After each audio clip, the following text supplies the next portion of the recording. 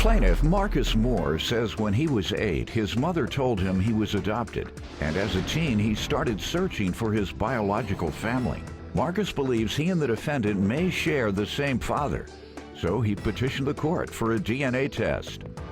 Defendant Raquel Cheers says her father was never in her life, but as a child she heard that she had a brother who was given up for adoption. Raquel claims when Marcus reached out to her, she felt an immediate connection, so she's excited to get the results. All rise.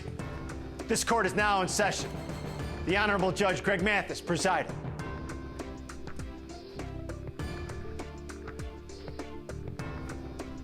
You may now be seated. All right, and the two of you are here for a DNA test to determine if you're siblings, correct? Yes, sir. Correct. All right, so let me start with you. Well, Judge, I found out that I was adopted when I was 8. I was adopted at 6 months. My mom came to me, sat me down. She let me know I was adopted. She raised me to be loving with my parents. She says, I don't know the situation. I don't know what happened, but, be thankful that you're still here. So she raised me being loving toward them. I had questions. Why was I adopted? She didn't know the answers. She said, when you get older, maybe you can find that out. So when I got about 16, 17, I tried to, ask my mom about the history again. And I went to her, asked her where I was adopted. She told me the agency I was adopted. I called the agency. When I called the agency, they said, well, Mr. Moore, for $300, we can tell you your genealogy records, or we can tell you this. And I was like, y'all trying to get, money from me to get my own information? But they was like, yeah, and for $600, we can give you this. And so I said, okay, wow. She got my number. She called me back on a private number. She said, do you know they're getting ready to do something in a year or 2 years that if you was adopted, you can go back and request your original birth certificate? I said, I didn't know that. She said, I'll keep you posted. Good. So when the time came, I put in the request. About a month later, I got something through the mail, and it had my mom's name on it. Not your adopted mom, your birth mom. My birth mom. It had my original name. So I went on Google, I looked on Google, I looked on Facebook, started doing the math for the name that it had on the birth certificate, which was my mother's name. Trying to reach out, trying to see, trying to look, just being nosy. I was curious. Were you going to speak to her? I was right. That was my belief. Speak to her. That was going to speak to her. Judge, when I started this search, this has been 30-something years. When I started this search, I had no idea of trying to find mom or father. That wasn't the issue.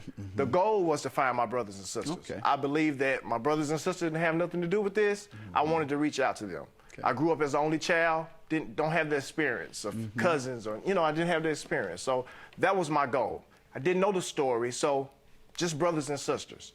So I ended up reaching out to some people. I did the math.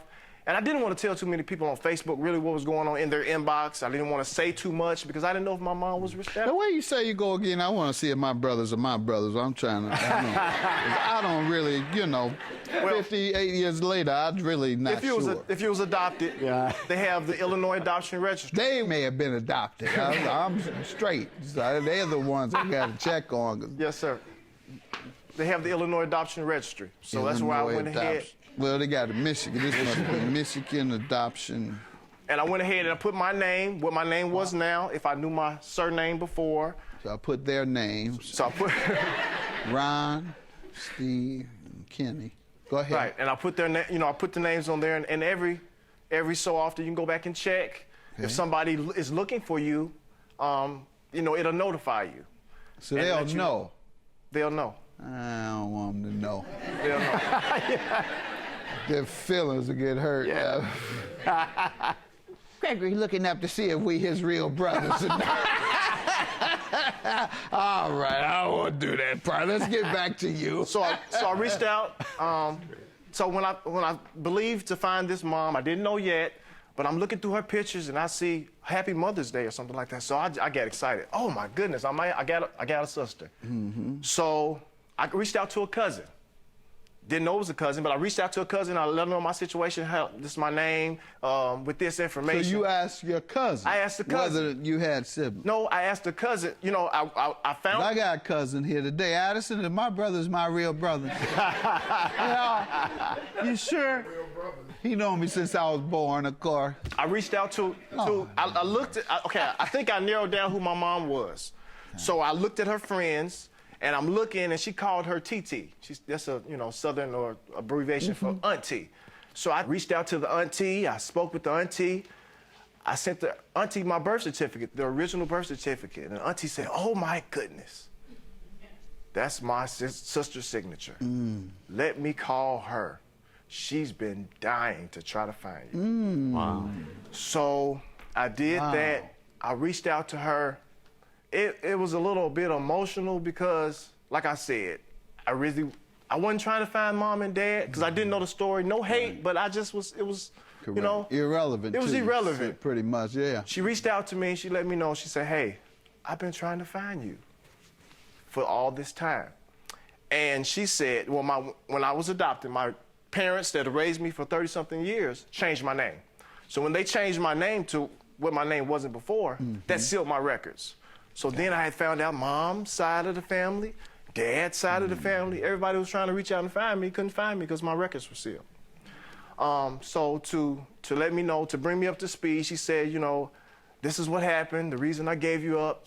Just a lot of bad stuff. I left. That's why I gave you up. But I tried to find you. I've tried to do this. I ended up talking to her daughter, which I found out is my sister, and she said, I knew about you.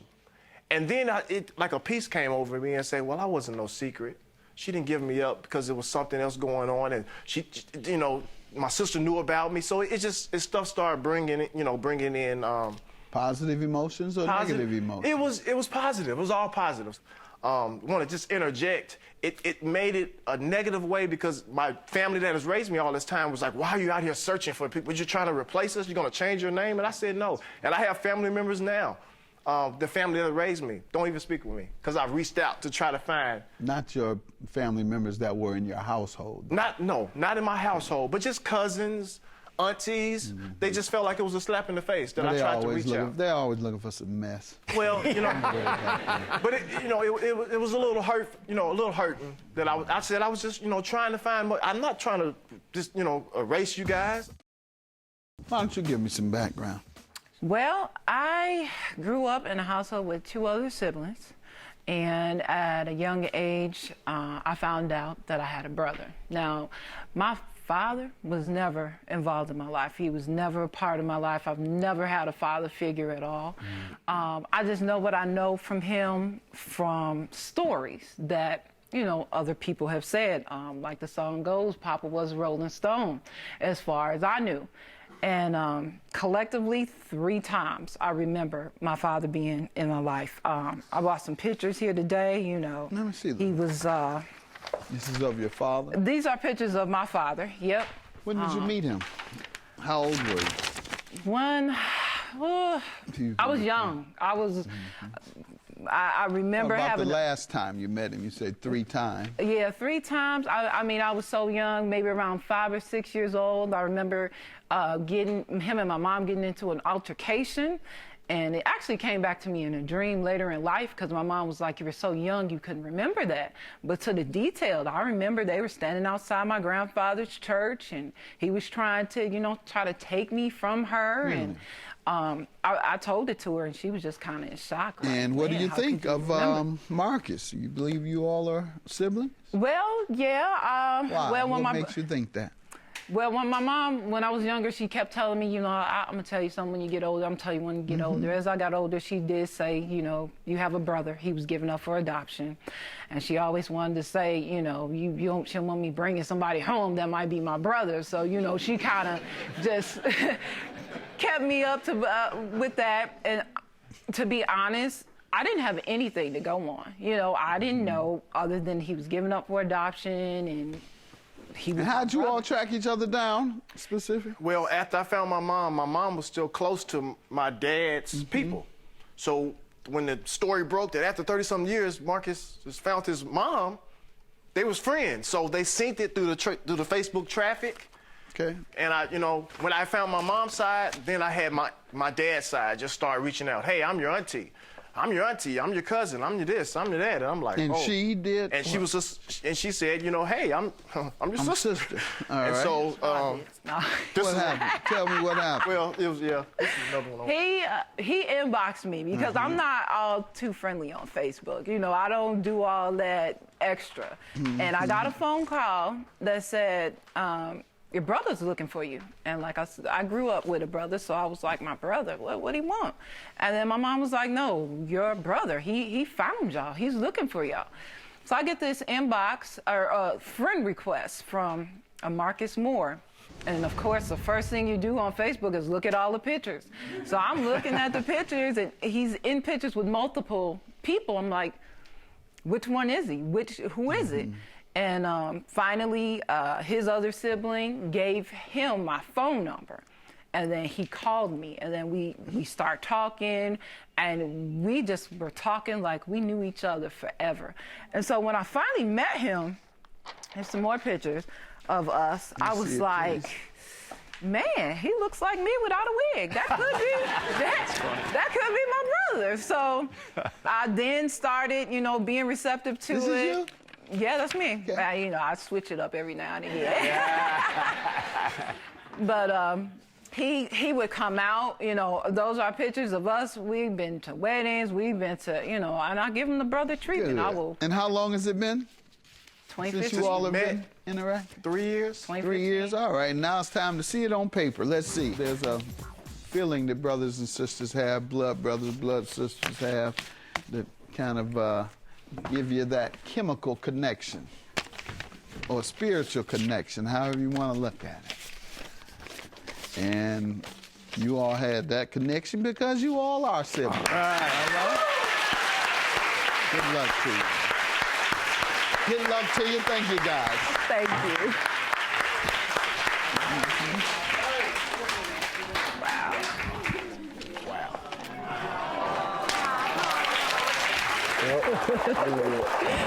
Yeah, I'll do it. kind of knew that. It's just like closure a little bit. We've been being brothers and sisters, and she has never treated me any different. You know, it's just, this is what's said, this is what it was, and we just gonna do the role. But we just wanted to know for sure, just a little closure, and this did it. Yeah, I kind of had an inkling when, you know, we were picking up the same tea and potato chips and stuff. I'm like, yeah, it might be. And it just really feels good to know for sure. That's great.